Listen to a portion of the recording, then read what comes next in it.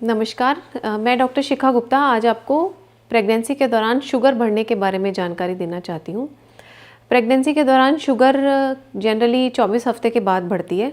हम प्रेगनेंसी की डायबिटीज़ 24 हफ्ते के बाद चेक करते हैं और पेशेंट को हम टेस्ट करवाने के लिए कहते हैं, जिसमें हम पेशेंट की एक भूखे पेट शुगर कराते हैं। उसके बाद हम पेशेंट को 75 ग्राम ग्लूकोज पिला के उसके 2 घंटे बाद की शुगर चेक कराते हैं। अगर हमें ऐसा लगता है कि वो शुगर पेशेंट की रिपोर्ट सही नहीं आ रही है, तो हम पेशेंट को यही टेस्ट 15 दिन बाद फिर से रिपीट कराने के लिए कहते हैं। अगर उसमें भी पेशेंट के रिपोर्ट्स एबनॉर्मल आते हैं, तो पेशेंट की रिपोर्ट्स और पेशेंट की स्थिति, जैसे कई बार बच्चे के आसपास पानी पड़ जाता है, ये सब चीज़ों को देखते हुए हम पेशेंट को डायबिटीज़ कंट्रोल करने के लिए कहते हैं। अब डायबिटीज़ अगर प्रेगनेंसी में हो जाता है तो उससे बच्चे को क्या दिक्कत हो सकती है और माँ को क्या दिक्कत हो सकती है। अगर माँ को पहले से शुगर की तकलीफ़ रही है, हमने तो छठे महीने में पता किया है, अगर माँ को 6 महीने से पहले ही शुगर थी और शुगर अनकंट्रोल थी, तो बच्चे में बहुत सारे डिफेक्ट्स, कंजेनाइटल मैल्फॉर्मेशंस होने के चांसेस रहते हैं।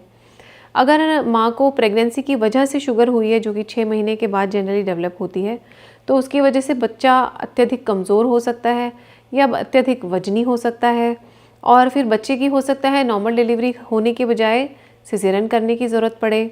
और कभी कभी अगर माँ का ब्लड प्रेशर कंट्रोल में नहीं रहता, तो बच्चे के आसपास पानी ज़्यादा होने की वजह से बच्चे की डिलीवरी टाइम से पहले हो जाती है।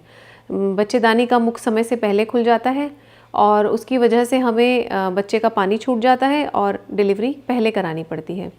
ज़्यादातर प्रेगनेंसी के दौरान जो शुगर होती है, उससे जो भी कॉम्प्लिकेशंस होती हैं, माँ को तो सिर्फ एक ही रिस्क होता है कि उसको सिजेरियन के चांसेस बढ़ जाते हैं, और सिजेरियन डिलीवरी या नॉर्मल डिलीवरी जो कभी होती है तो उसमें माँ को इन्फेक्शन होने के चांसेस रहते हैं।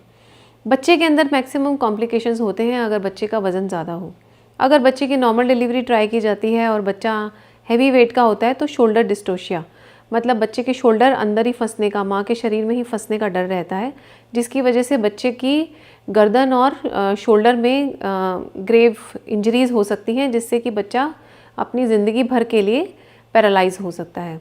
उसके अलावा ज़्यादातर बच्चे जो डायबिटिक मदर्स के होते हैं, वो 4 से 5 दिन तक NICU में रहते हैं, क्योंकि माँ के हार्मोन्स की वजह से बच्चे की शुगर अनकंट्रोल रहती है।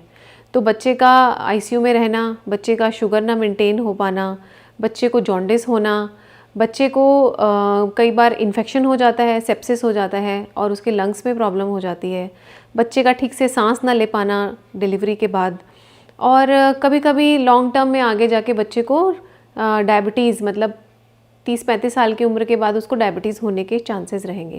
तो इसमें आप क्या कर सकते हैं या एक डॉक्टर क्या कर सकता है? डॉक्टर तो यही कर सकता है कि आपको एक बार शुगर अगर डायग्नोस हो जाती है तो आप की शुगर कंट्रोल कर सकता है। ये एक टीम अप्रोच होती है जिसमें डॉक्टर, एंडोक्रिनोलॉजिस्ट और पीडियाट्रिशियन, इन तीनों का रोल होता है पेशेंट और बच्चे की देखभाल करने में। मरीज़ क्या कर सकता है?